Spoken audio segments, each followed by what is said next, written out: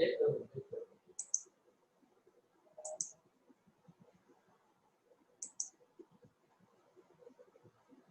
Morning. आजच्या LSCMच्या lecture मध्ये सर्वांचं स्वागत. आज आपण LSCMचा 3rd युनिट स्टार्ट करतोय. त्यातला चॅप्टर फर्स्ट इन्व्हेंटरी मॅनेजमेंट.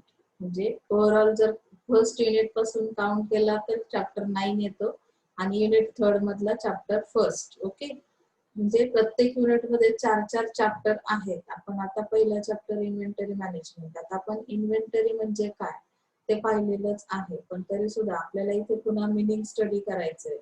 त्यानंतर आहे ऑब्जेक्टिव्ह इन्व्हेंटरी मॅनेजमेंटचे, फंक्शन्स आहेत, त्यामध्ये इम्पॉर्टन्स आहे, सिलेक्टिव्ह कंट्रोल टेक्निक्स आहेत इन्व्हेंटरीचे, मॉडर्न टेक्निक्स आहेत. त्याच्यानंतर तुमचं Q&P सिस्टीम म्हणजे काय आहे ते आपल्याला स्टडी करायचंय. MRP DRP काय कन्सेप्ट आहे, त्याच्यामध्ये काय डिफरन्स आहे. EOQ स्टडी करायचा आहे, त्याच्यामध्ये आपल्याला प्रॉब्लेम्स पण दिलेले आहेत, ते पण आपण सॉल्व्ह करणार आहोत. आणि न्यूमरिकल्स मध्ये सुद्धा प्रॉब्लेम आहे. ओके, म्हणजे अशा पद्धतीने एवढे टॉपिक आपण स्टडी करणार आहोत. मॅक्झिमम आपण ते कंटिन्युअस जर गेलो तर आपल्याला त्याचं सिक्वेन्स कळतो आणि त्याचं मिनिंग कळतं, लक्षात राहतो तो चॅप्टर. कारण याच्यावर शक्यतो तर प्रॉब्लेम लॉजिस्टिक मध्ये फार रेअर केस मध्ये विचारले जातात. त्याला ऑप्शनल थेअरी असते. ज्यांचा इंटरेस्ट प्रॉब्लेम सोडवण्यात असेल त्यांनी प्रॉब्लेम सोडवले तरी चालते. मी एक एक्झाम्पल तुमचं आता मागच्या लेक्चरला जसे आपण काही प्रॉब्लेम सोडवले तसेच आताही आपण 1-2 प्रॉब्लेम प्रत्येकाचे सोडवून घेऊ. बाकी तुम्हाला प्रॅक्टिसला पण दिलेले आहेत. ओके, तर इथे आपल्याला फर्स्ट मिनिंग दिला की इन्व्हेंटरी म्हणजे काय. Inventory is a stock of any item or resource. Resource म्हणजे काय की आपल्याला कुठलाही ॲटम तयार करण्यासाठी जे मटेरियल लागतं, that means resource used in an organisation. Organisation जे स्टॉक मटेरियल ठेवते, म्हणजे ते फिनिश प्रोडक्ट्स पण असू शकतात जे रेडी पोझिशन मध्ये आहेत, ते पण स्टॉक मध्ये ठेवले जाऊ शकतात, किंवा रिसोर्सेस जे आहेत ते पण इन्व्हेंटरी मध्ये ठेवले जाऊ शकतात. These atoms or resources can include raw materials, finished products, component parts, supplies. म्हणजे इथे काय होतं की रॉ मटेरियल फिनिश प्रोडक्ट सोबत कंपोनंट पार्ट्स म्हणजे काय. एखादी आता कार तयार होते तर कारचे जे पार्ट्स असतात, मग ते पार्ट्स कार बनवण्यासाठी जेव्हा मॅन्युफॅक्चरिंग प्रोसेसला लागतील तेव्हा त्याचा सप्लाय केला जातो. रॉ मटेरियल म्हणजे ते फक्त तुम्हाला इन्ग्रेडियंट मध्ये केमिकल्स वगैरे असंच नसणार आहे, तर त्यामध्ये काही पार्ट्स पण असतील, सप्लाईज. अशा पद्धतीने इन्व्हेंटरीचं त्यांनी मिनिंग सांगितलं की इन्व्हेंटरी मध्ये एक्झॅक्टली काय असतं. ओके, एकदा हे तुम्हाला समजलं की त्याचं मॅनेजमेंट करायचं आणि त्याचं ऑब्जेक्टिव्ह काय आहे, तर आपण तो पार्ट पुढचा बघूया. की आपल्याला जर इन्व्हेंटरी आपण मेंटेन ठेवली, आता ऑर्गनायझेशन आहे, ऑर्गनायझेशन बिझनेस करते, प्रोडक्शन करते, प्रोडक्शन साठी लागणारे काही मटेरियल तिच्याकडे असतं, ती सप्लाय पण करते. म्हणजे ऑर्गनायझेशन फक्त स्वतःसाठीच ती इन्व्हेंटरी स्टॉक मध्ये ठेवते असं नाहीये. त्यांच्याकडून काही सप्लायर्स म्हणजे सॉरी काही जे अदर कंपनीज आहेत त्यांच्यासाठी जर ते काही मटेरियल लागत असेल, जसं की कार कंपनी आहे तर तिला काही पार्ट्स लागत असतील जे तुमच्याकडे तयार होतात, तर ते पण तुम्ही सप्लाय करू शकता. ओके ना, म्हणजे इथे आपल्याला ऍज पर मार्केट डिमांड काय करायचंय, सप्लाय करायचंय. मग इन्व्हेंटरी मॅनेजमेंटचं मेन ऑब्जेक्ट काय आहे, कशामुळे ही इन्व्हेंटरी आपण मॅनेज करतो किंवा स्टॉक मटेरियल अवेलेबल करतो, तर आपल्याला अवॉइड स्टॉक आउट्स, म्हणजे जे काही एक्सेसिव्ह आहे ते काय करायचं, मॅनेजमेंटमुळे एक्सेसिव्ह थिंग्स इथे रेड्यूसच केल्या जातील. जसं की हम लोग देखते हैं ना कि मैनेजमेंट का मीनिंग ही वही है, किसी चीज को मैनेज करना मतलब क्या है, प्रॉपर मेंटेन करना, एक्सेसिव जो थिंग्स है उसमें उसे रिड्यूस करना. So the main objective of inventory management is to maintain inventory at appropriate level. तो एक लेवल तक हम वो क्या करेंगे, इन्वेंटरी मेंटेन रखेंगे कि जितनी जरूरत है उतना ही हमारे पास स्टॉक रहेगा. So avoid stock outs. Okay, avoid excess inventory. Excess inventory का मतलब क्या है कि नाइदर हाई नॉर लो, बिल्कुल हमें मेंटेन करना है, मतलब इसका मीनिंग ही वही है. Inventory management is to maintain inventory at optimum level. Optimum level कौन सी रहती है फिर, कि बहुत ज्यादा हाई लेवल पे भी हमें स्टॉक नहीं रखना है और बहुत लो भी नहीं रखना है कि जिसकी वजह से हमें प्रॉब्लम फेस करनी पड़े. Okay na? So as to avoid excess inventory, nowadays companies have adopt modern systems like just in time to avoid having excess inventory while trying to meet demands. अगर आपके पास जो सिस्टम हमने अभी तक पढ़ी है, जब से हमने LSM स्टार्ट किया, मैंने बताया कि जस्ट इन टाइम एक प्रोसेस है, सिस्टम है कि जिसकी वजह से हम जिस तरह से डिमांड आएगी उस तरह से क्या करेंगे कि फास्टली वो सप्लाई करेंगे. जो भी मटेरियल है, कंपोनेंट है, जो भी पार्ट है, तो उसके लिए हमारे पास अगर ये जस्ट इन टाइम सिस्टम है, मॉडर्न सिस्टम हम लोग यूज कर रहे हैं, ऑर्गेनाइजेशन यूज करती है, तो फिर इसके हिसाब से हम क्या करेंगे, डिमांड के लिए सप्लाई करते रहेंगे. तो हमें एक्सेसिव इन्वेंटरी की भी जरूरत नहीं और बहुत लो इन्वेंटरी की भी जरूरत नहीं. अगर अचानक से मार्केट में डिमांड बढ़ती है तो हम यहाँ पे वो प्रोविजन किस तरह से रखेंगे, मॉडर्न सिस्टम अप्लाई करके, just in time system apply करके हम डिमांड कंप्लीट कर सकते हैं. Is that clear? ओके.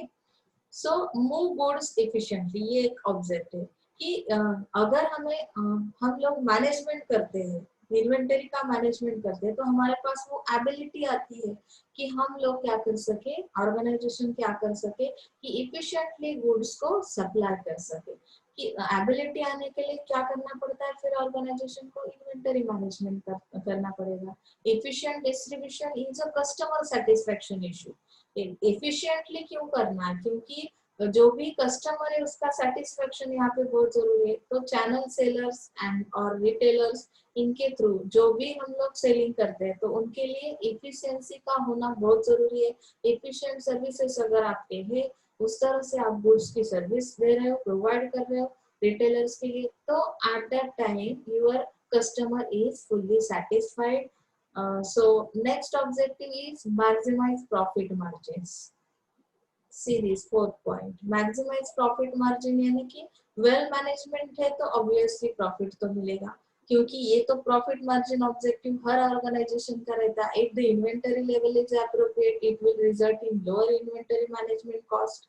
यानी कि मैनेजमेंट प्रॉपर कर रहे हैं हम लोग, तो उसका मीनिंग ये है कि हम लोग क्या कर रहे हैं कि कॉस्ट को मिनिमाइज कर रहे हैं.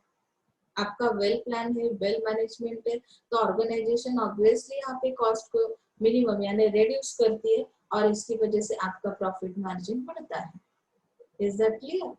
अदर ऑब्जेक्टिव्स में क्या बताया कि to ensure that supply of raw material and finished goods will remain continuous so that production process is not halted and demands of customers are duly met. यानी कि आपकी ऑर्गेनाइजेशन जो भी प्रोडक्शन करती है, तो प्रोडक्शन के लिए जो भी मटेरियल आपके पास होना चाहिए, उसका आपने क्या किया है, कंटिन्यूअसली सप्लाई कर रही है आपकी ऑर्गेनाइजेशन.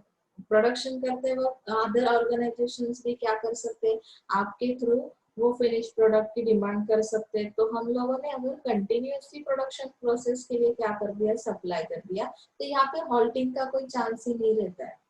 Is that clear?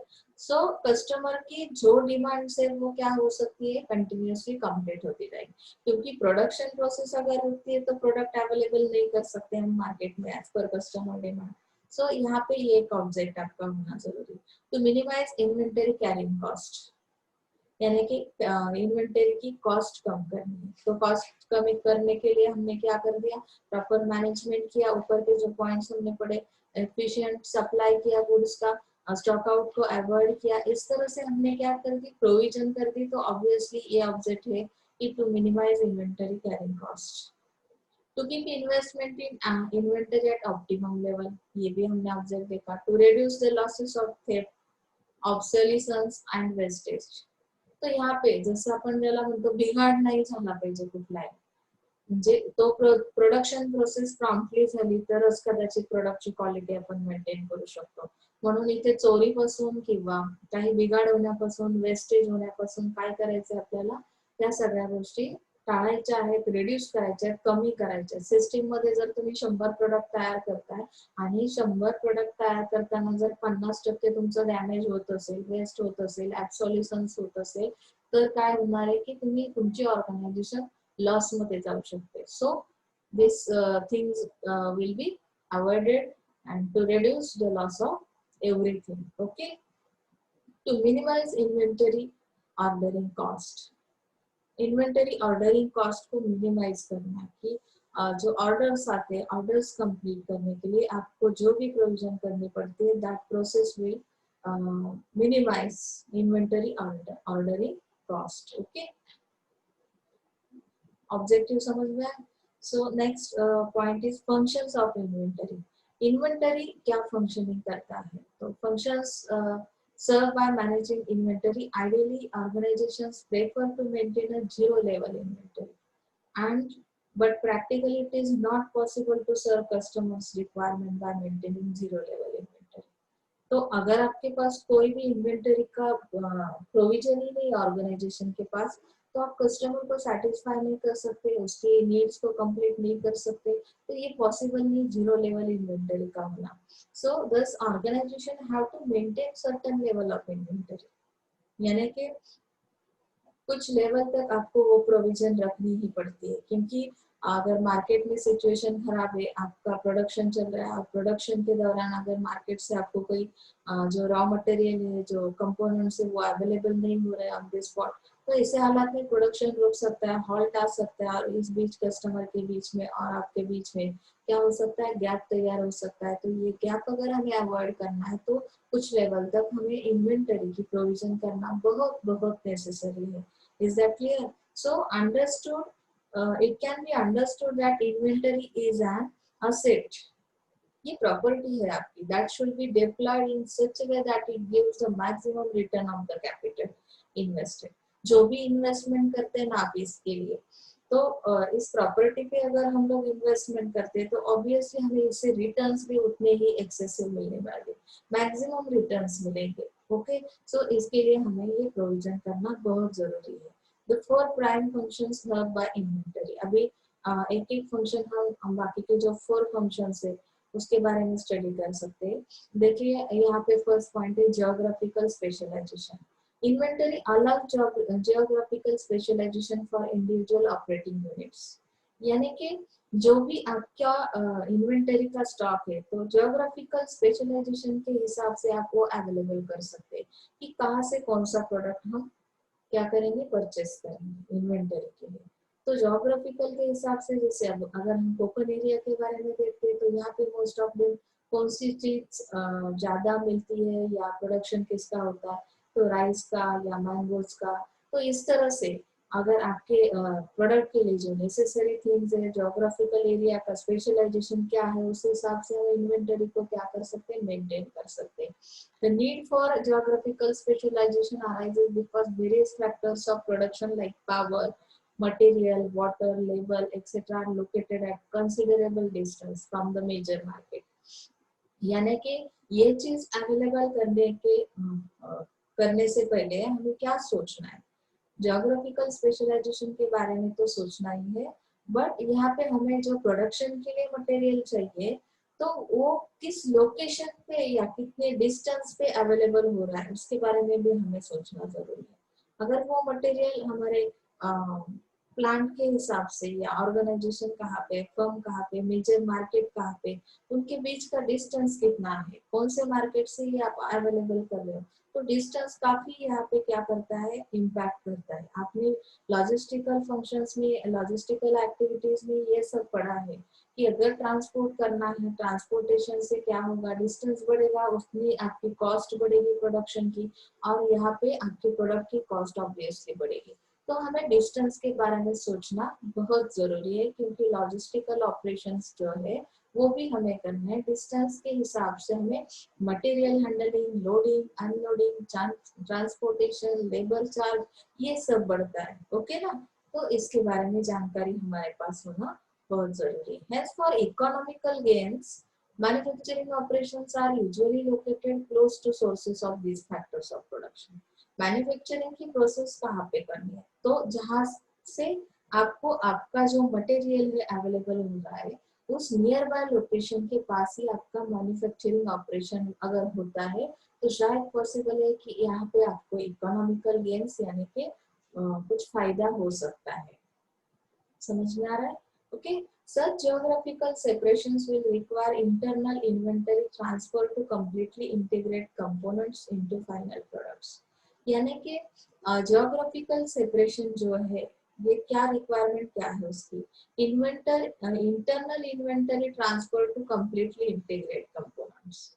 यानी कि जो आपकी इन्वेंटरी है इंटरनल यानी कि ऑर्गेनाइजेशन के लिए जो इन्वेंटरी आपने maintain की है that will be integrate components into final product. Okay. Thus, the manufactured goods from various locations are collected at a single warehouse to assemble into final product.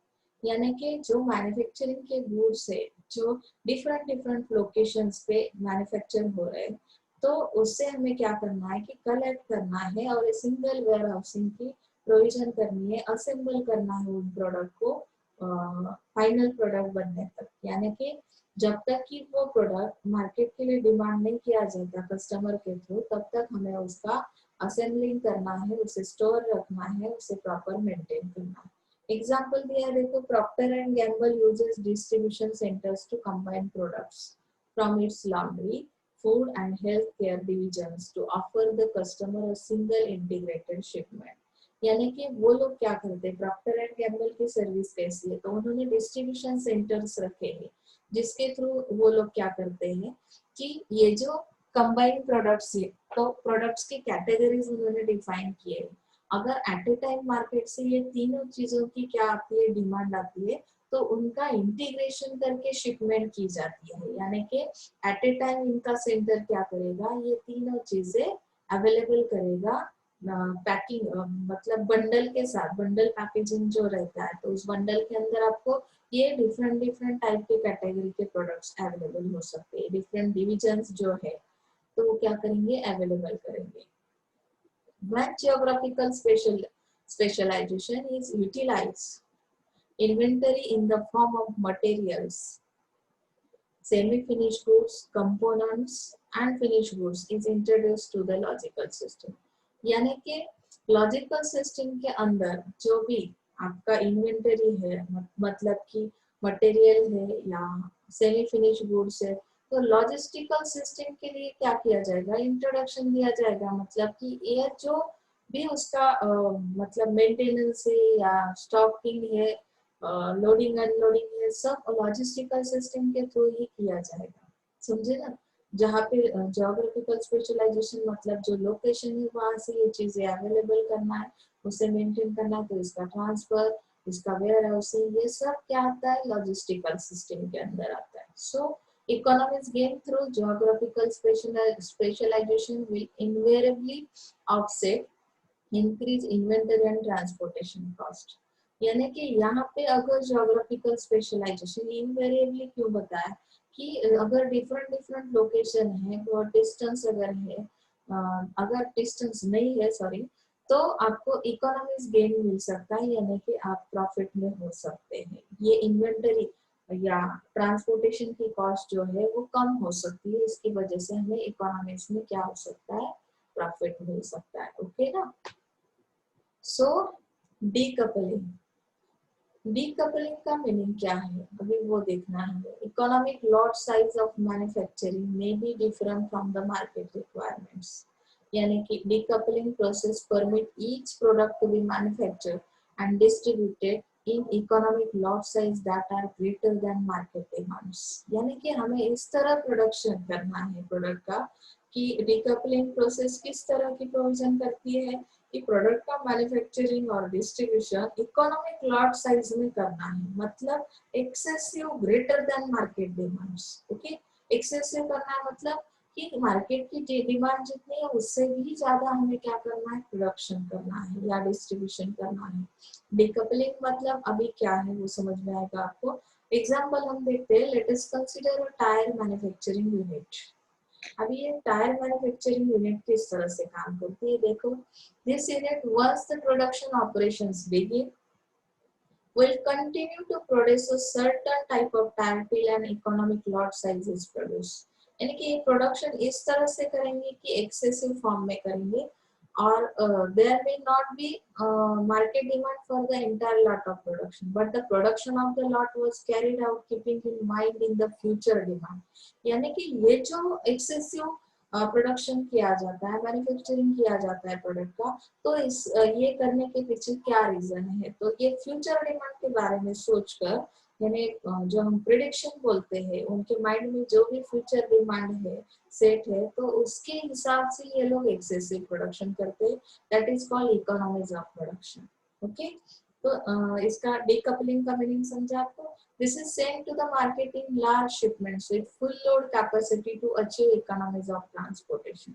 तो transportation भी full load capacity के हिसाब से किया जाएगा. This result in the need to hold excess inventory. यानी कि यहाँ पे एक्सेस इन्वेंटरी को स्टोर किया जाएगा, होल्ड किया जाएगा. Okay, balancing demand and supply, ये भी एक फंक्शन है जो इन्वेंटरी मैनेजमेंट है, इसका हम फंक्शन स्टडी कर रहे हैं ना.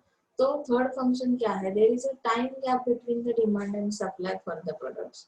तो अभी अगर गैप आती है डिमांड एंड सप्लाई के बीच, तो हमारा रोल क्या बनता है? इन्वेंटरी मैनेजमेंट क्या करेगी? इस चीज को बैलेंस करना है हमें. Some products are produced throughout the year but are sold only during short market period.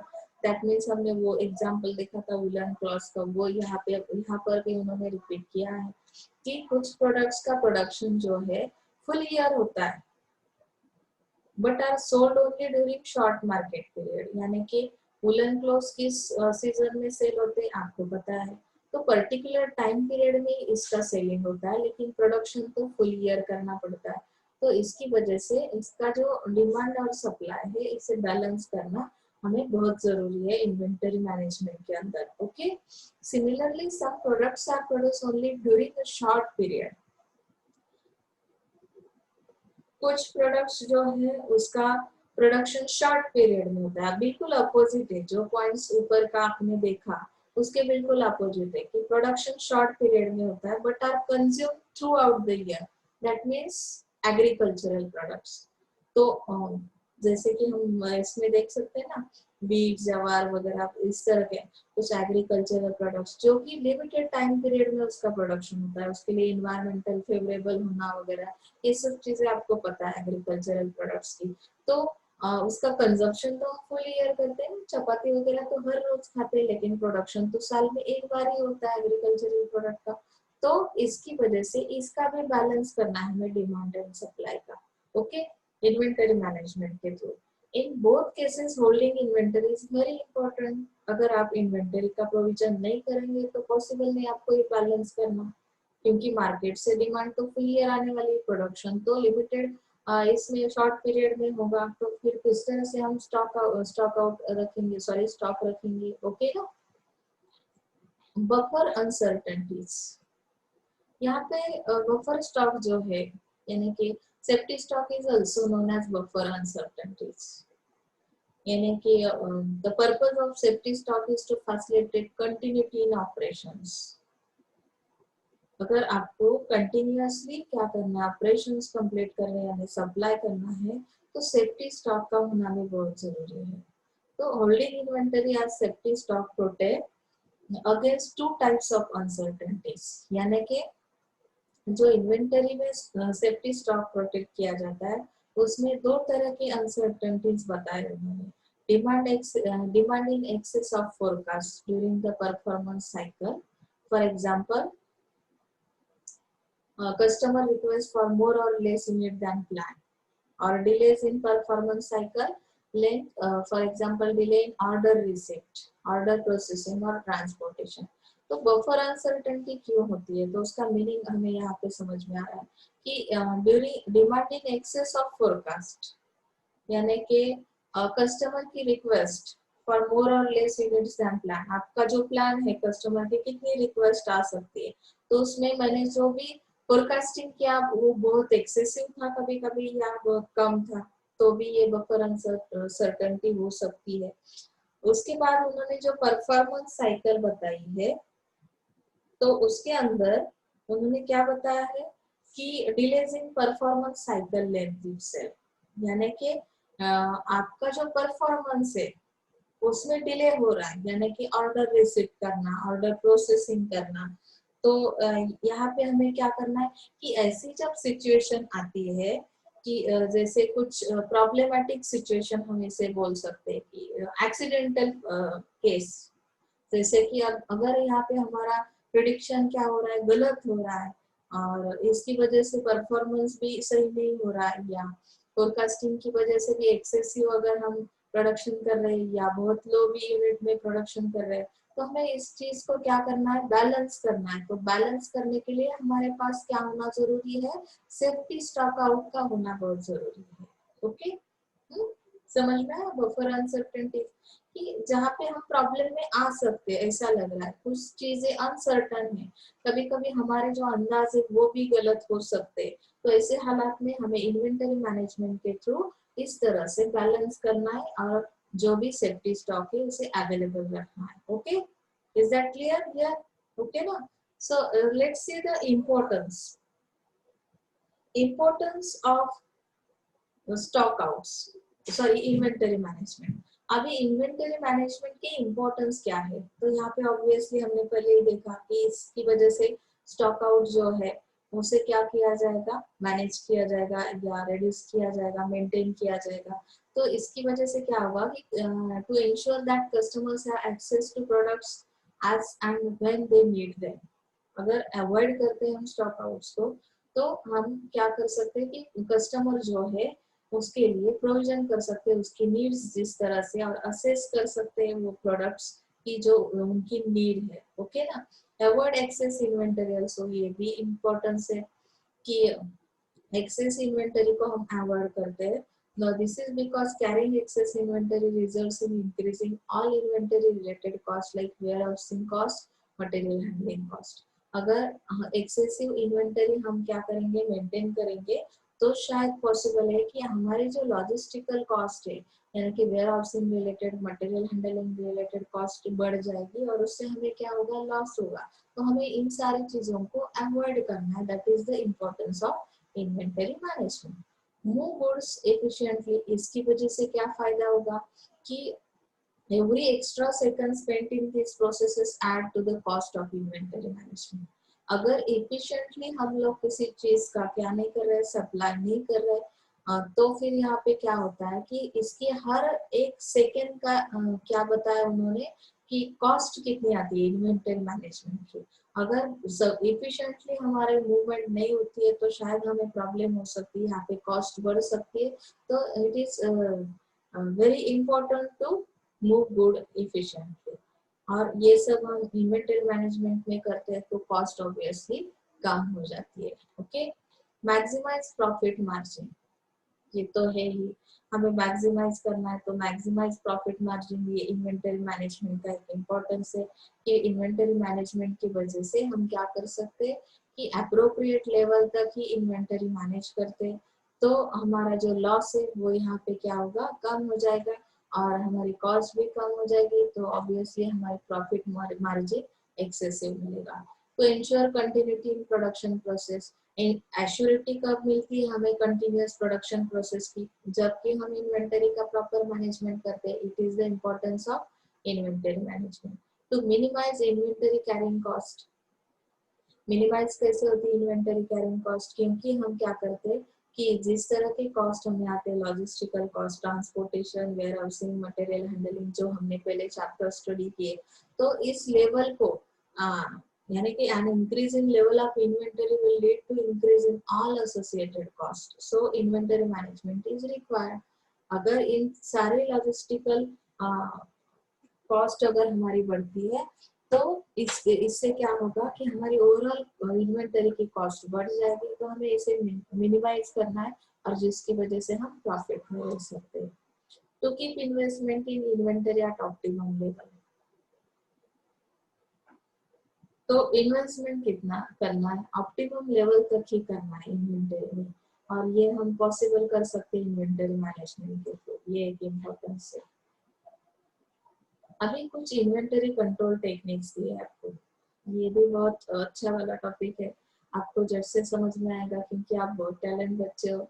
Okay, so selective control means variation in method of control, control करना है। जैसे कि आप लोगों को पता है हम लोग क्लास में रहते तो हमेशा आपको कंट्रोल करने की कोशिश करते हैं कि ये मत करो, वो मत करो, आपका परफॉर्मेंस ऐसा होना चाहिए, क्लास में बिल्कुल पिन ड्रॉप साइलेंस होना चाहिए। कंट्रोलिंग के लिए फिर हम लोग कुछ पनिशमेंट भी कर देते हैं, कभी कभी खड़ा कर देते हैं, कभी कभी बहुत ज्यादा क्वेश्चन पूछ लेते हैं। तो अगर मुझे इन्वेंटरी को कंट्रोल करना है, इन्वेंटरी मैनेजमेंट में कर रहे हो, इन्वेंटरी के अंदर जितनी सारी चीजें रखी जाती है, तो कुछ टेक्निक्स तो यूज करने पड़ेंगे ना, वो तो लिविंग थिंग्स नहीं है। तो फिर कौन से टेक्निक्स होंगे इसके लिए? एक्सेसिव इन्वेंटरी भी नहीं करनी है, बहुत लो इन्वेंटरी भी नहीं रखनी है, तो कंट्रोलिंग कैसे किया जाए? ओके ना, so let's C first one. ये जो डायग्राम दी है ना, इसका मीनिंग आपको लास्ट में समझेगा। एक्चुअली ये फर्स्ट में नहीं देनी चाहिए थी। एबीसी एनालिसिस वगैरह ये क्या है, ये तो अभी हमें देखना है, उसके बाद हम लोग यहाँ पे आएंगे वापस। तो एबीसी एनालिसिस ये एक टेक्निक है कंट्रोलिंग का। द एबीसी एनालिसिस मतलब क्या है? The inventory control technique known as ABC analysis is based on Pareto's law. अभी इसके लिए लॉ की हेल्प ली है। पैरेटोज लॉ क्या कहता है कि इस एबीसी एनालिसिस के थ्रू हम लोग इन्वेंटरी को कंट्रोल कर सकते हैं। तो that is vital few versus trivial many, यानी कि ABC analysis company reviews its inventory and sorts all items into 3 categories. Company के जितने सारे एटम्स है, सॉरी, इन्वेंटरी के जितने सारे एटम्स स्टॉक में रहने वाले हैं, तो उन एटम्स को हम 3 कैटेगरीज में क्या कर देते हैं, पहले डिवाइड कर देते हैं। ओके, तो it called A items, B items and C items. उनके लिए हमने नेम भी आइडेंटिफाई कर लिए।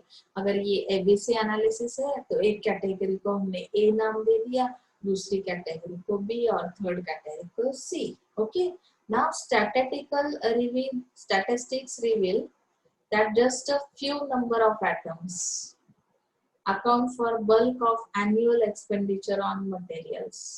यानी कि कुछ ऐसे एटम्स है जिनके लिए एक्सपेंडिचर कैसा है, बल्क यानी कि बहुत ज्यादा क्वांटिटी में है।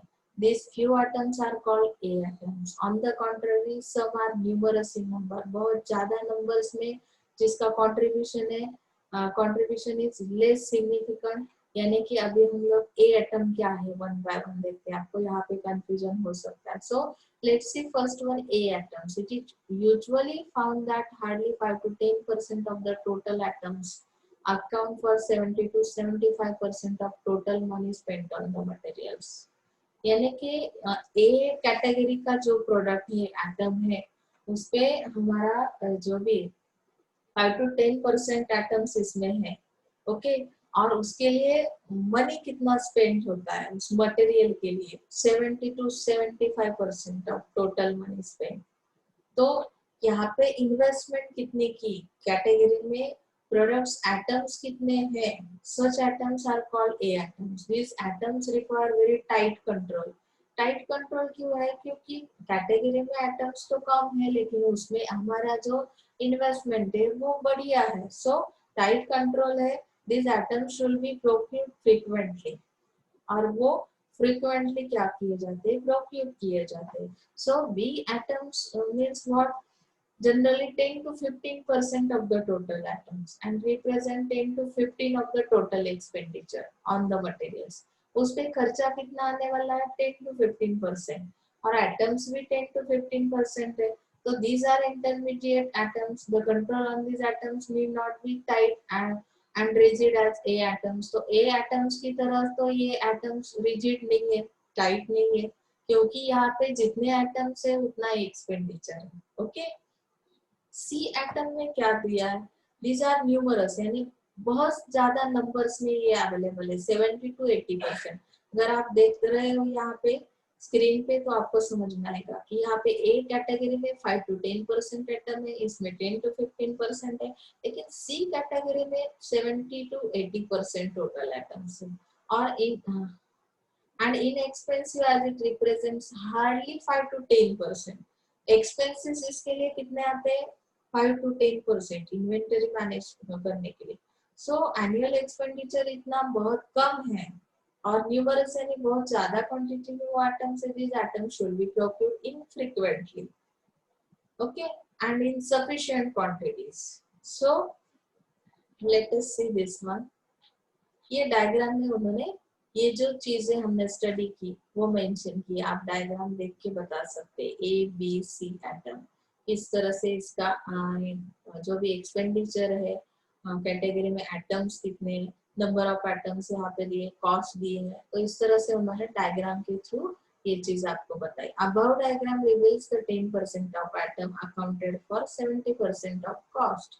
वापस उन्होंने ये तीन चीजें एक्सप्लेन की कि सी एटम किस तरह से अकाउंट किया जाता है, कितनी कॉस्ट आती है, 70% एटम है तो 10% कॉस्ट है, such items are classified as C items. वापस रिपीटेशन है इसमें, तो हम डिस्ट्रीब्यूशन देखते हैं इसका किस तरह का है।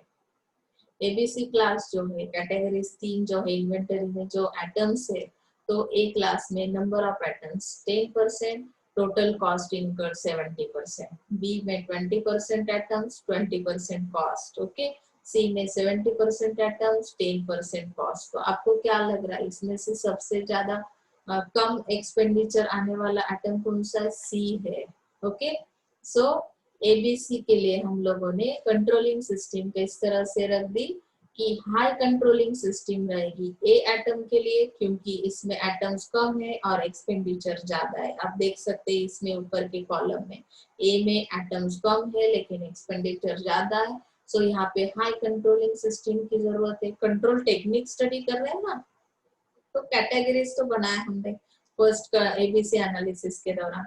अभी बी कैटेगरी है जिसमें एटम्स जितने हैं उतना ही आपका कॉस्ट इनकम मतलब एक्सपेंडिचर है, तो यहाँ पे मॉडरेट कंट्रोल की जरूरत है। बहुत ज्यादा टाइट भी नहीं है और बहुत ज्यादा लूज भी नहीं करना। और जो सी कैटेगरी है उसमें एटम्स तो बहुत ज्यादा है, ओके, और यहाँ पे आपको आने वाली कॉस्ट किस तरह से है? बहुत कम है। तो यहाँ पे लो कंट्रोलिंग सिस्टम आपको यूज करनी है। मतलब किसको हमें टाइट कंट्रोल करना है, किसको लो करना है, ये हम किस वजह से जान सकते हैं कि उसमें एटम्स कितने हैं, उसमें कितनी कॉस्ट आती है या एक्सपेंडिचर्स आते हैं। समझ में आया एबीसी एनालिसिस? ये कंट्रोलिंग का टेक्निक है। किसी को अगर नहीं समझा है तो वापस दोबारा एक बार मेरा वीडियो देख सकते हैं, आपको समझ में आएगा, okay. Next one is XYZ analysis control technique है ये सेकेंड। अभी ये जो अप्रोच है ऑर्गेनाइजेशन का इन्वेंटरी का, तो inventory it is similar to ABC analysis. यानी कि एबीसी में क्या किया हमने, किस तरह से हाई, मॉडरेट, यहाँ पे हम देख सकते हैं हाई, मॉडरेट एंड लो, इस तरह का ही सिमिलर अप्रोच XYZ में रहेगा। Classification of inventory based on value of stocks on hand, मतलब इन्वेंटरी इन्वेस्टमेंट कितनी की है उसके थ्रू हम लोग क्या करेंगे, क्लासिफिकेशन करेंगे। इन्वेंटरी के लिए इन्वेस्टमेंट कितनी है, आपके एक्सपेंडिचर कितने हैं, उस हिसाब से हमने हाई, मॉडरेट, लो कंट्रोलिंग सिस्टम यूज की। यहाँ पे एबीसी के अलावा हमने क्या कर दिया कि कैटेगरी को, एटम्स को XYZ इस तरह से नेम दिए, ओके ना। Atoms whose inventory values are high, it is called X atoms. ABC analysis में इसमें A atoms कहा गया था, while those whose inventory values are low are called Z atoms. तो इसे हमने एबीसी में C atoms को कहा था। Y atoms are those who have moderate, it is a B atom। मतलब सिमिलर, बिल्कुल सिमिलर एबीसी एनालिसिस जैसा XYZ एनालिसिस अप्रोच है, और उसे भी इस तरह से उन्होंने मेंशन किया है इस कॉलम के थ्रू। Is that clear? समझ में आया? XYZ और एबीसी बिल्कुल सेम सिमिलर है। जिस तरह से इन्वेंटरी के वैल्यूज है, जिस तरह से एक्सपेंडिचर है, तो उस तरह से हमने हाई, मॉडरेट, लो वैल्यू उनके लिए अभी और इस तरह से कंट्रोल किया इन्वेंटरी के एटम्स को। So next third technique is HML analysis. HML analysis क्या कहता है? Classification of inventory is based on unit price of atoms. यानी कि हम लोग देखते हैं ना कि जब भी प्रोडक्शन किया जाता है तो किसी एक यूनिट, 2 यूनिट में, 3 यूनिट में, तो यूनिट के अंदर क्या रहता है कि यूनिट प्राइस हम लोग क्या कर देते, डिफाइन कर लेते कि 1 यूनिट के लिए कितनी प्राइस है, से 2 यूनिट के लिए प्राइस कितनी है, बंडल ऑफ यूनिट्स अगर एट ए टाइम सेल हो रहा है उसकी प्राइस कितनी होगी। तो इस तरह से HML analysis is based on unit price of atoms. Okay, कि 1 यूनिट का प्रोडक्शन है तो उस एटम्स की प्राइस कितनी है। ओके, यहाँ पे समझा। The items under this analysis are classified into 3 groups, यानी कि दिस एनालिसिस को हमने क्या कर दिया, 3 ग्रुप्स के अंदर क्लासिफाइड कर दिया। तो HML बन रहा है, मतलब H का मीनिंग है हाई वैल्यू एटम्स, M का मीनिंग है मीडियम वैल्यू एटम्स और L का मीनिंग है लो वैल्यू एटम्स। ओके, सो यहाँ पे हम लोग देख सकते हैं इनकी कंट्रोलिंग सिस्टम किस तरह की। हाई वैल्यू एटम है तो हाई ही कंट्रोल रखना पड़ेगा, ये तो हमें ऑब्वियसली समझ में आया, लेकिन यहाँ पे यूनिट प्राइस के ऊपर ये HML डिपेंड करता है। तो classify the items into high medium low. Items को किस तरह से क्लासिफाई किया, high items, medium value items, low value items. Items are listed in the descending order of unit price. अभी डिसेंडिंग और असेंडिंग ऑर्डर्स किस तरह से हम ये कर सकते हैं, तो असेंडिंग के दौरान हम क्या करते हैं, small number to big number, और डिसेंडिंग में इससे बिल्कुल अपोजिट रहेगा, big number to small number. तो हाई में क्या है, big number of items are there and low में small number of items are there. So big to high, sorry big to small. Okay, इस तरह से इस यूनिट प्राइस की ऑर्डर डिसेंडिंग ऑर्डर हमने रखी है।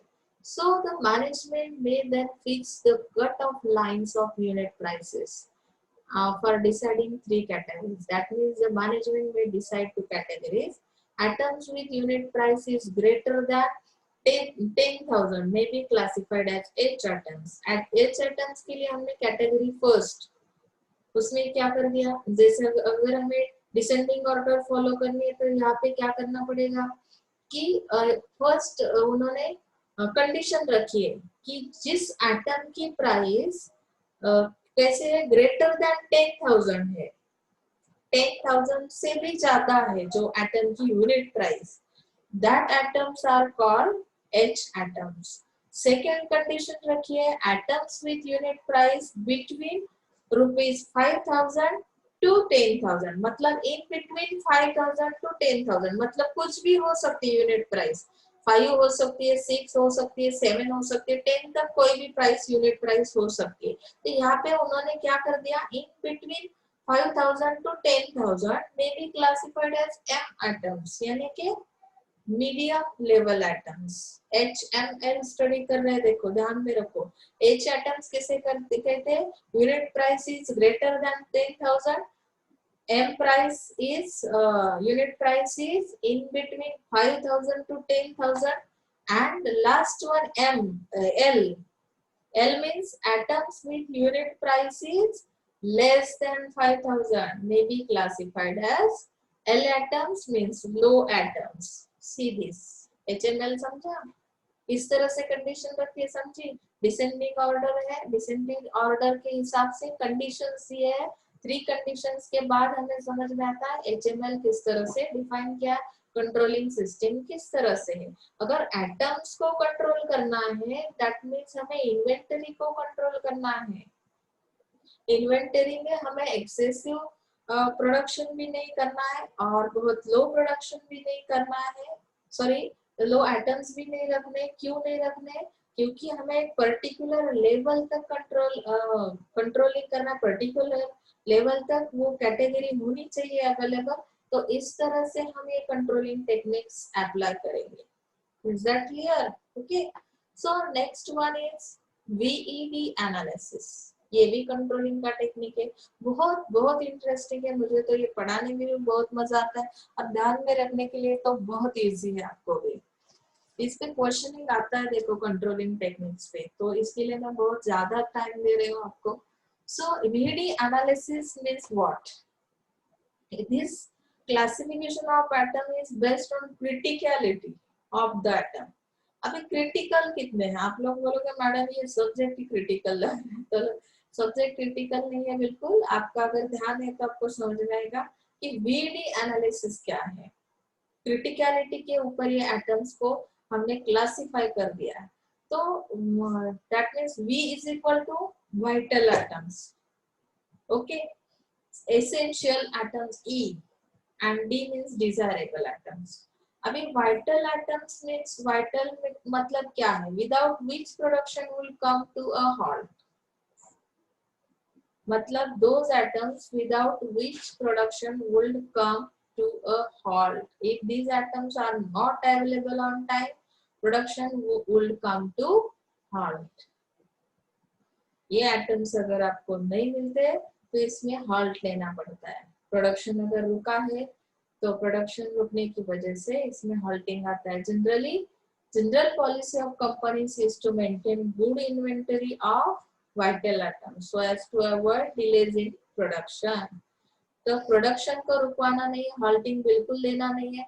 तो इसका प्रोडक्शन कंटिन्यूस होने के लिए हमें क्या करना पड़ेगा? गुड इन्वेंटरी मेंटेन करनी पड़ेगी। अभी इसेंशियल एटम्स कौन से?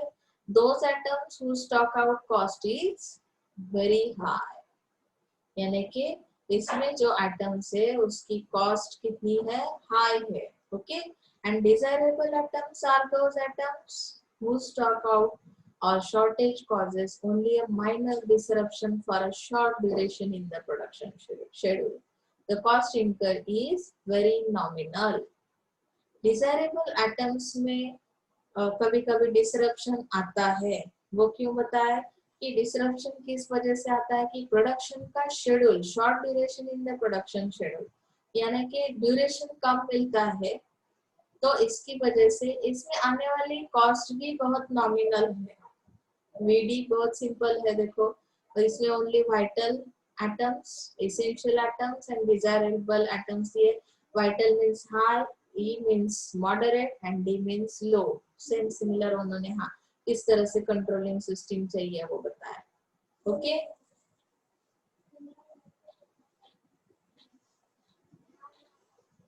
FSN एनालिसिस अभी ये किस चीज पे डिपेंड करता है? It is based on consumption of the atoms. Consumption किस तरह से होता है उस एटम्स का, वापर कसा होतो त्याच्यावर क्लासिफिकेशन केलंय आणि त्यानुसार इन्व्हेंटरी आपल्याला काय करायचे? ते एटम्स कंट्रोल करायचे आहे। The atoms under this analysis are classified into 3 groups. Which groups? Fast moving atoms, slow moving atoms, non moving atoms. ये नाम से ही आपको समझ में आता है कि FSN क्या है। Fast, slow and non moving. Okay. Fast moving atoms are those atoms whose consumption is very high. You know that. And slow moving atoms are those atoms whose consumption is very low. म्हणजे ज्याचा वापर खूप कमी होतो त्याला आपण slow moving atoms म्हणतो। Non moving म्हणजे काय? those atoms which are not consumed since past 2 years. जवळजवळ 2 वर्षापासून त्याचं कंजम्पशन होतच नाहीये, that atoms are called non moving atoms. तो आप लोग बोलोगे इस ऐसे एटम्स को फिर क्यों इन्वेंटरी में रखना है? तो उसका आंसर भी आपको आगे मिलेगा। FSN analysis helps to avoid investment in non-moving atoms or slow atoms. मतलब कि इन्वेंटरी को एनालिसिस, FSN एनालिसिस के थ्रू हमें समझ में आता है कि इन्वेस्टमेंट इन दो एटम्स में नहीं करनी, अवॉइड करनी है।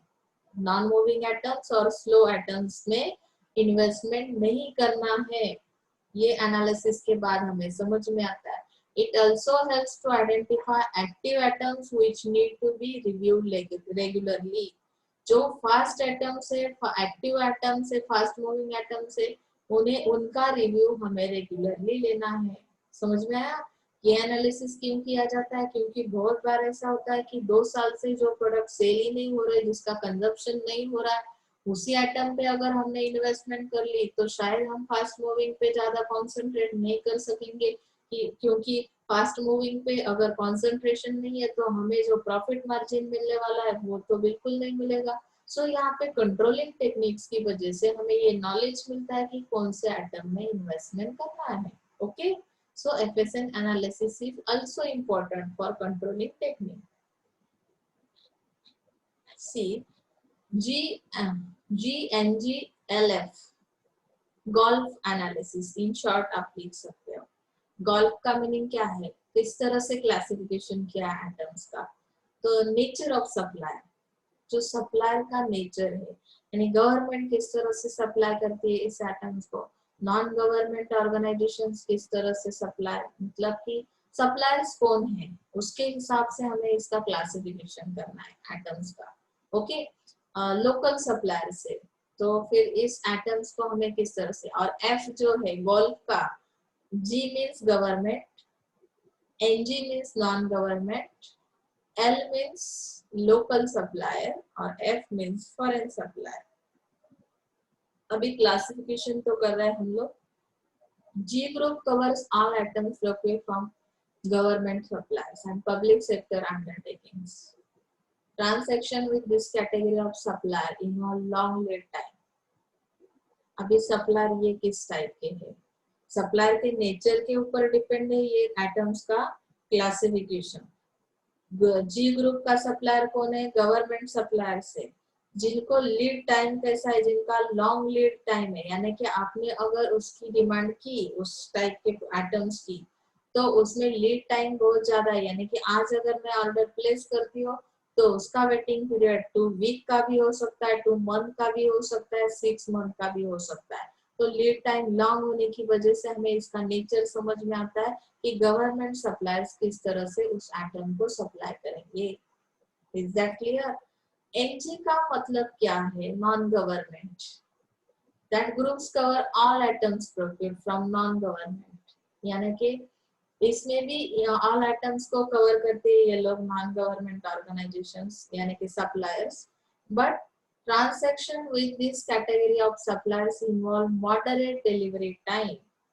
मॉडरेट यानी कि एक मैक्सिमम पीरियड दिया जाएगा, उस पीरियड के अंदर आपको क्या की जाएगी, डिलीवरी दी जाएगी, सप्लाई किया जाएगा उस आइटम को।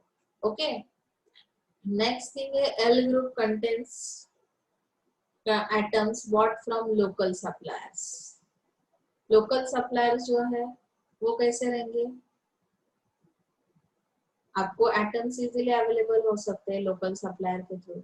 एफ ग्रुप कैसा है, एफ ग्रुप जो है that contains those items which are purchase from foreign suppliers.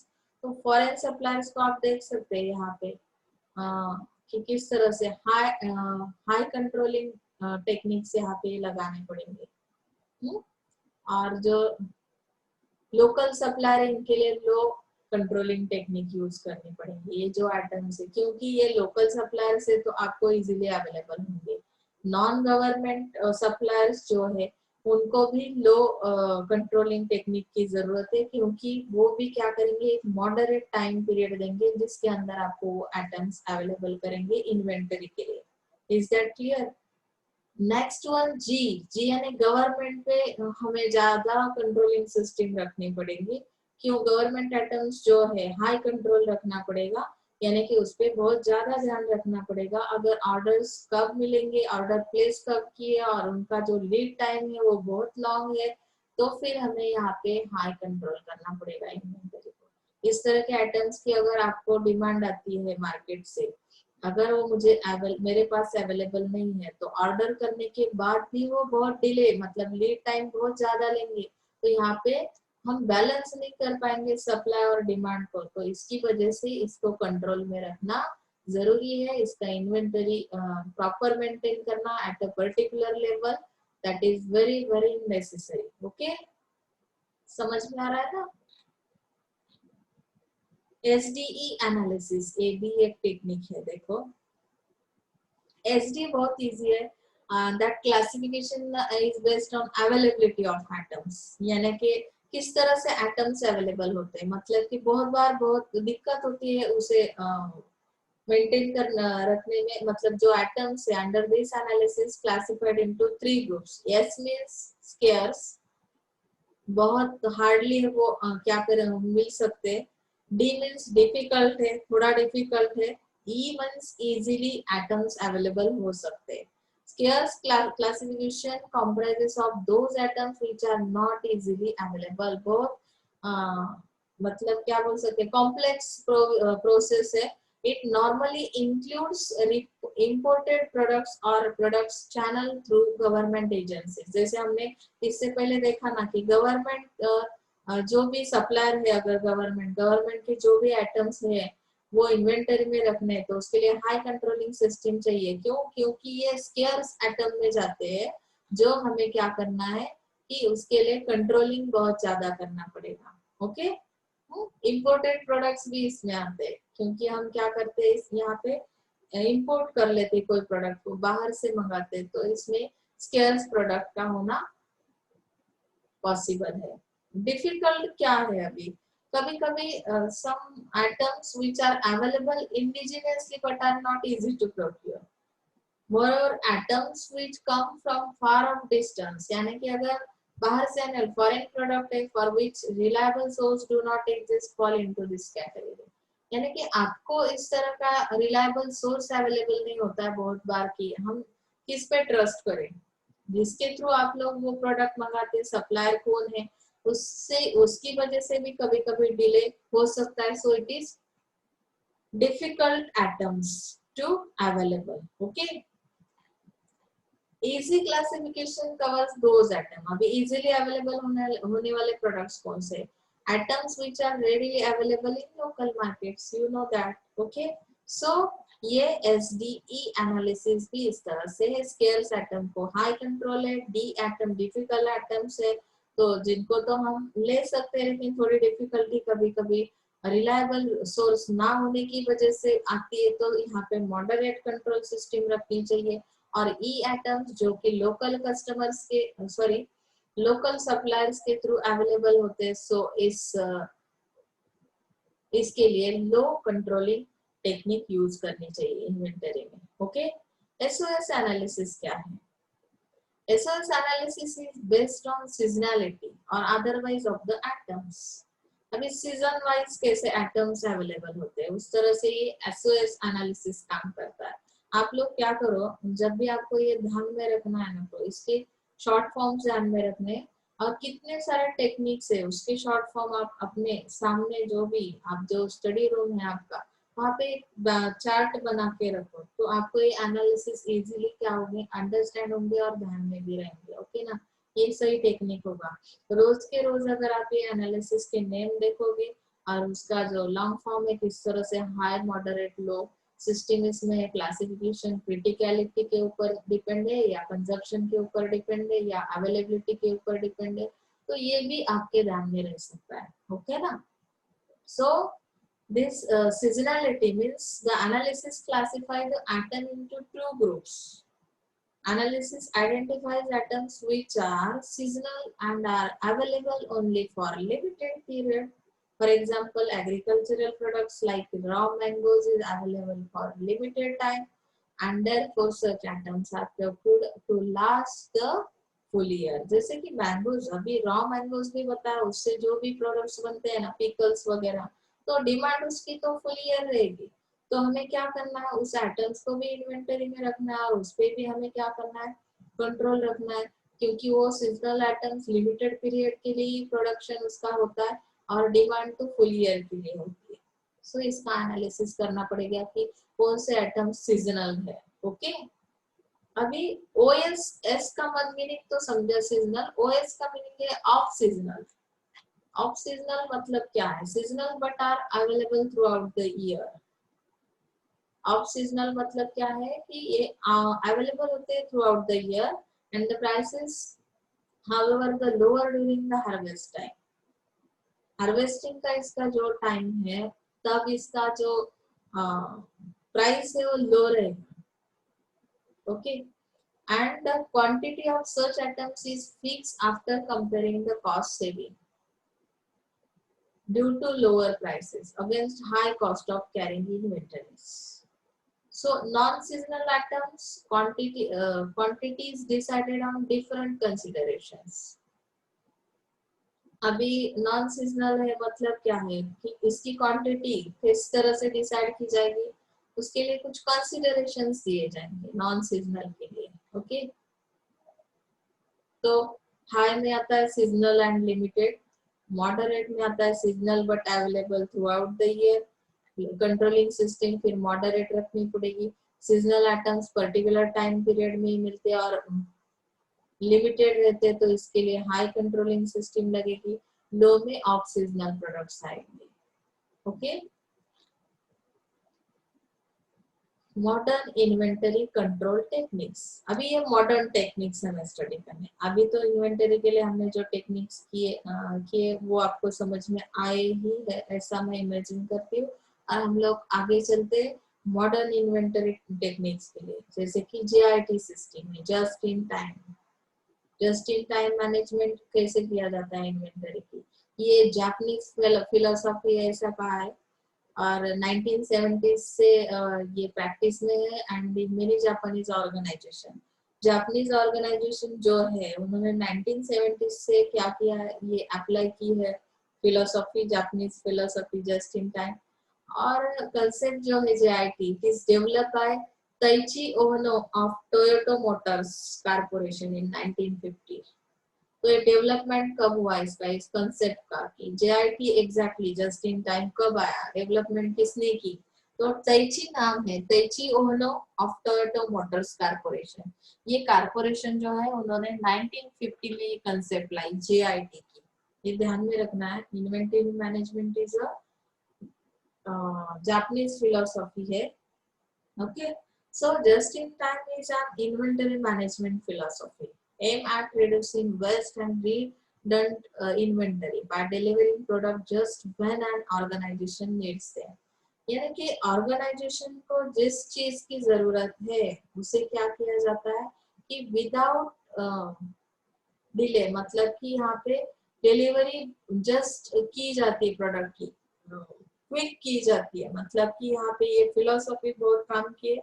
In this philosophy aim at reducing waste, ये वेस्ट को कम करती है, एक्सेसिव स्टॉक करने की जरूरत नहीं है। यहाँ पे जस्ट इन टाइम सिस्टम अगर ऑर्गेनाइजेशन फॉलो करती है तो इसकी वजह से ऑर्गेनाइजेशन के नीड्स कंप्लीट हो सकते हैं।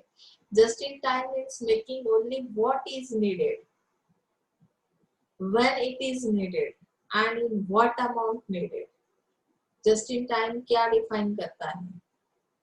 only what is needed when it is needed, कब जरूरत है, कौन सी चीज की जरूरत है और कितने अमाउंट में उसकी जरूरत है, ये डिफाइन किया जाता है जस्ट इन टाइम के through. This concept states that an activity should be undertaken only when there is need for it। यानी कि हर बार तो JIT सिस्टम नहीं यूज करेंगे हम लोग, कभी कभी कर लेते हैं। Inventory should be brought into system only when it is required, जब उसकी जरूरत है तभी हम उसे अप्लाई करेंगे। ओके, या रिक्वायरमेंट के हिसाब से हम JIT सिस्टम अप्लाई करेंगे। Traditionally organisations used to keep large amount of inventory to protect against uncertainties, but this leads to increase in all inventory related cost। अगर हम लार्ज अमाउंट में इन्वेंटरी को प्रोटेक्शन देते हैं, अनसर्टेनिटी नहीं होनी चाहिए इसकी वजह से, तो यहाँ पे इन्वेंटरी की कॉस्ट बढ़ती है। ट्रेडिशनल वे से अगर हम इन्वेंटरी का मैनेजमेंट कर रहे हैं तो यहाँ पे हमारी कॉस्ट इन्वेंटरी रिलेटेड बढ़ सकती है। लेकिन JIT sees inventory as a waste and focuses on making the materials available at the right time, at the right place and right quantity। JIT क्या करता है कि वेस्ट को रिड्यूस किया जाता है, फोकस किया जाता है मटेरियल्स के ऊपर, और मटेरियल किस तरह से अवेलेबल किया जाएगा, राइट टाइम में, राइट प्लेस पे एंड राइट क्वांटिटी में।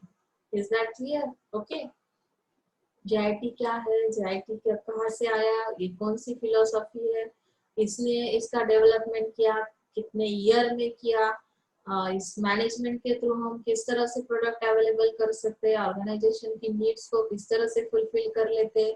तो ये सब चीजें आपको क्या करनी है, याद रखनी है JIT में। Okay, JIT strengthens the organization's competitiveness by reducing waste and improving overall efficiency।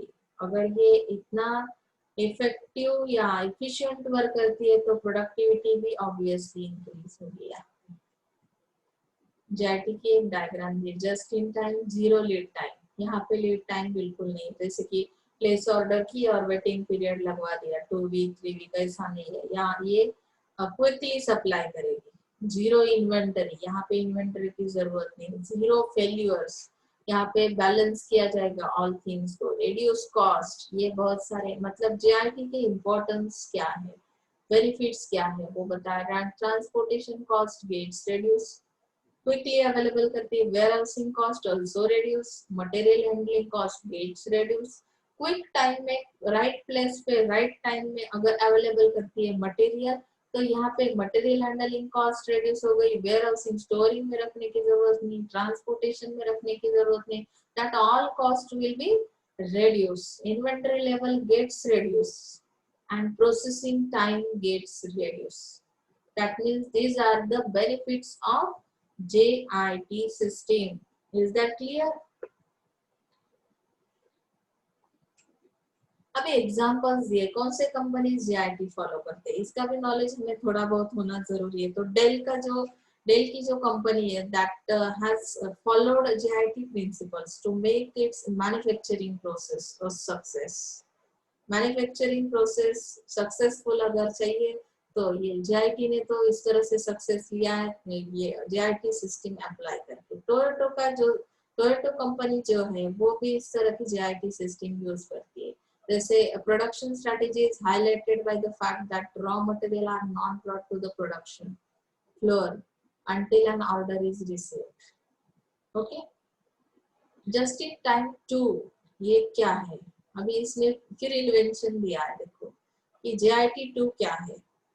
JIT2 is a customer supplier partnership concept pioneered at the Bose Corporation and now practiced by many companies and their suppliers. यानी कि JIT2 is a customer supplier partnership, ये partnership में किया जाता है customer और supplier के अंदर, in between that both the parties they have the continue to partnership concept and pioneered at the Bose Corporation and now practiced by many companies and their suppliers. Okay, in this method employee of the supplier works in house, employ of the supplier यानी कि supplier जो है वो in house work करेंगे with the customer, customer के लिए in house work किया जाएगा। The employ of the supplier takes all the responsibilities of the inventory management, यानी कि JIT सिस्टम में जो भी सप्लायर से एम्प्लॉय काम करते हैं तो वो पूरी रिस्पॉन्सिबिलिटी लेते हैं इन्वेंटरी मैनेजमेंट की। दो he works full time in the customers firm and he is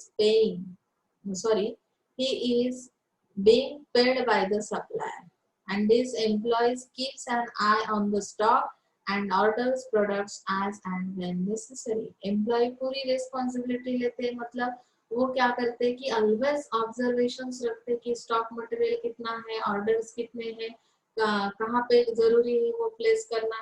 तो इस चीज पे ये JIT2 सिस्टम में एम्प्लॉयज फुल्ली रिस्पॉन्सिबल है। Thus the customer firm staff is free from all the paperwork. जो कस्टमर फर्म का स्टाफ है जो पेपर वर्क क्या करता है उससे फ्री रहता है, and administrative task relating to the purchasing material as it is done by the supplier staff. Administrative task क्या है कि परचेसिंग मटेरियल जो किया जाएगा उसका एडमिनिस्ट्रेशन करना या उसके बारे में नॉलेज रखना।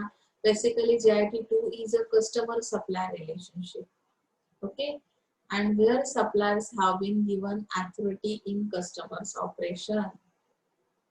suppliers क्या करते हैं, authority कौन सी मिलती है उनको, कस्टमर ऑपरेशंस की। कस्टमर के ऑपरेशंस क्या है उस पे हमें ध्यान रखना है जो सप्लायर। ओके, बेनिफिट क्या है JIT2 का, ये JIT सिस्टम का इन्वेंशन है। Inventory level of firms get reduce, ये भी बेनिफिट है। यहाँ पे भी सेम लेवल इन्वेंटरी लेवल क्या की जाती है, काम की जाती है। Inventory level of suppliers also gets reduce, improve relationship with the suppliers. Relationship की वजह से ही हम क्या कर सकते हैं, क्विक रिस्पांस दे सकते हैं। JIT2 सिस्टम को इसका नॉलेज होना जरूरी है कि सप्लायर की डिमांड क्या है, सप्लायर किस तरह से काम कर रहा है। तो यहाँ पे रिलेशनशिप रखनी पड़ेगी, that relationship will improve through JIT2 and JIT2 reduces administrative cost for both the customer and supplier. Okay, vendor manage inventory continuous replenish strategy. अभी ये सिस्टम क्या है,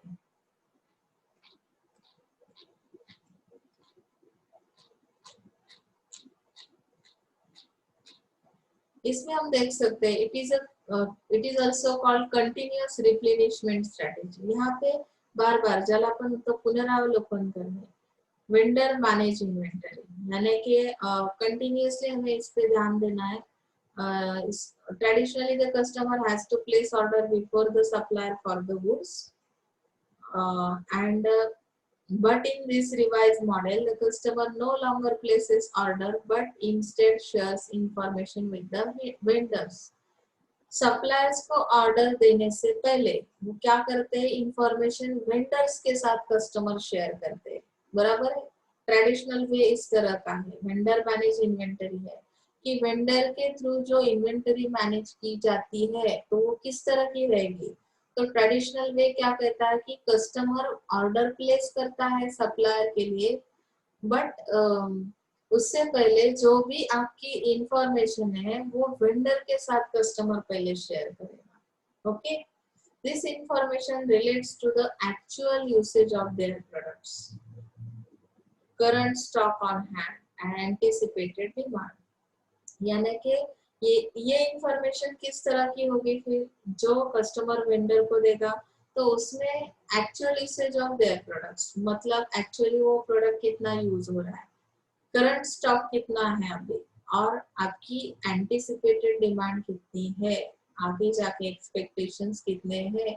on the basis of this information the supplier takes responsibility for replenishment of customers inventory.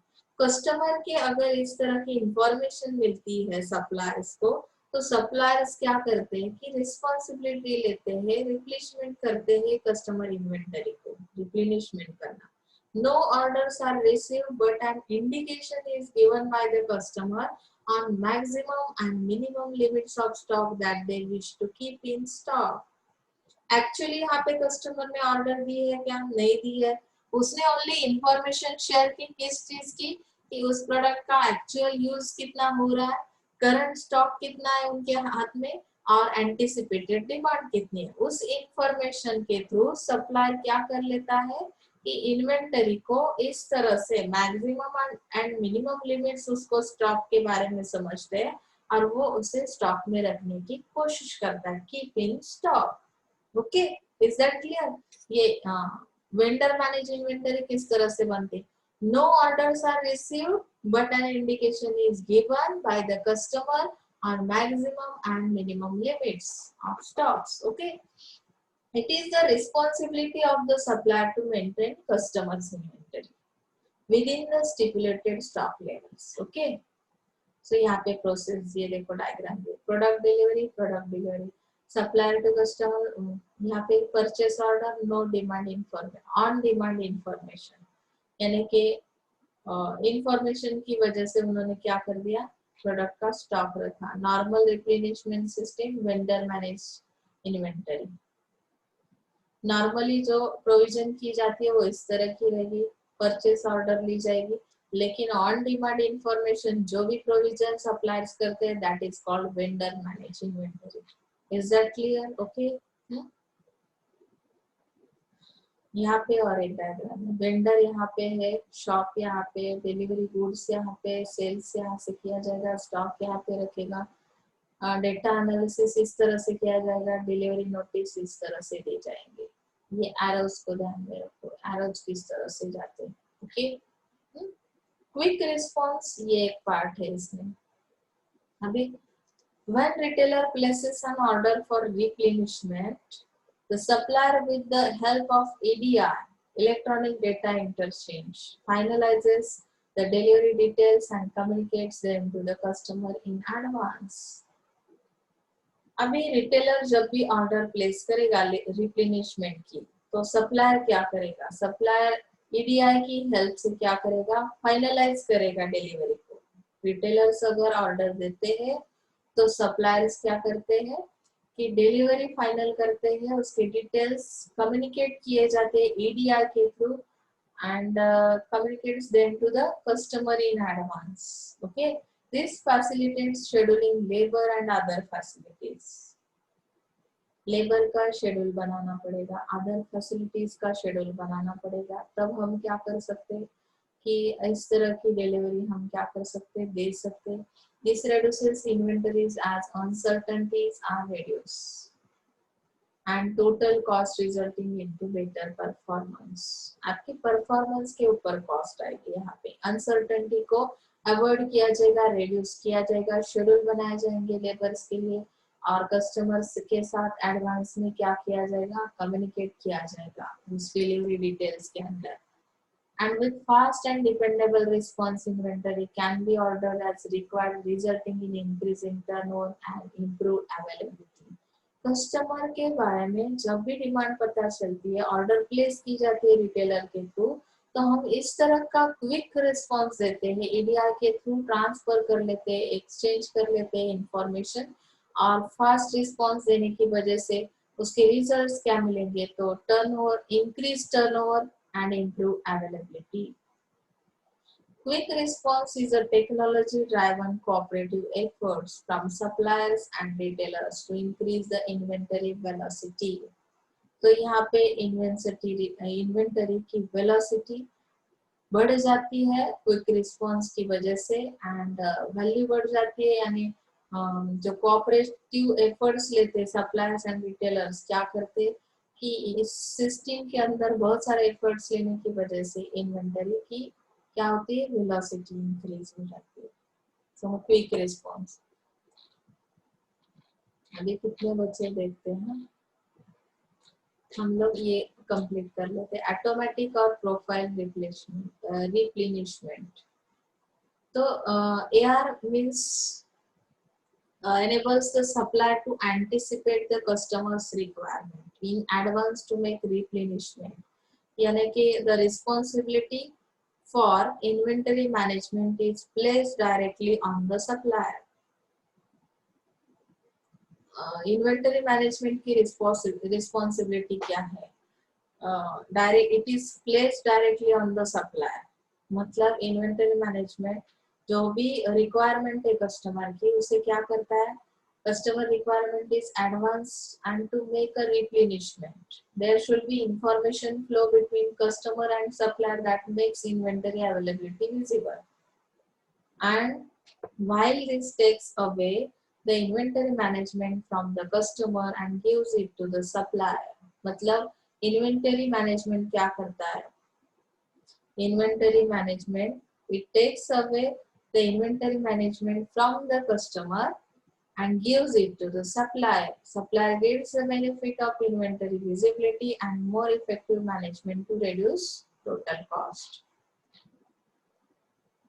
ये Q&P system हम next lecture में start करते हैं. यहाँ पे एक ब्रेक लेते हैं क्योंकि बहुत सारे सिस्टम से तो ओव्हर हो सकता है आपके लिए. तो इथेच आपण आज थांबूया. तुम्हाला आतापर्यंतचा पार्ट समजलाच असेल असं मी इमॅजिन करते. नसेल समजला तर पुन्हा एकदा लेक्चर पहा, काही शंका असतील तर विचारा. So thank you so much. Next लेक्चरला आपण Q&A सिस्टम स्टार्ट करतोय. ओके.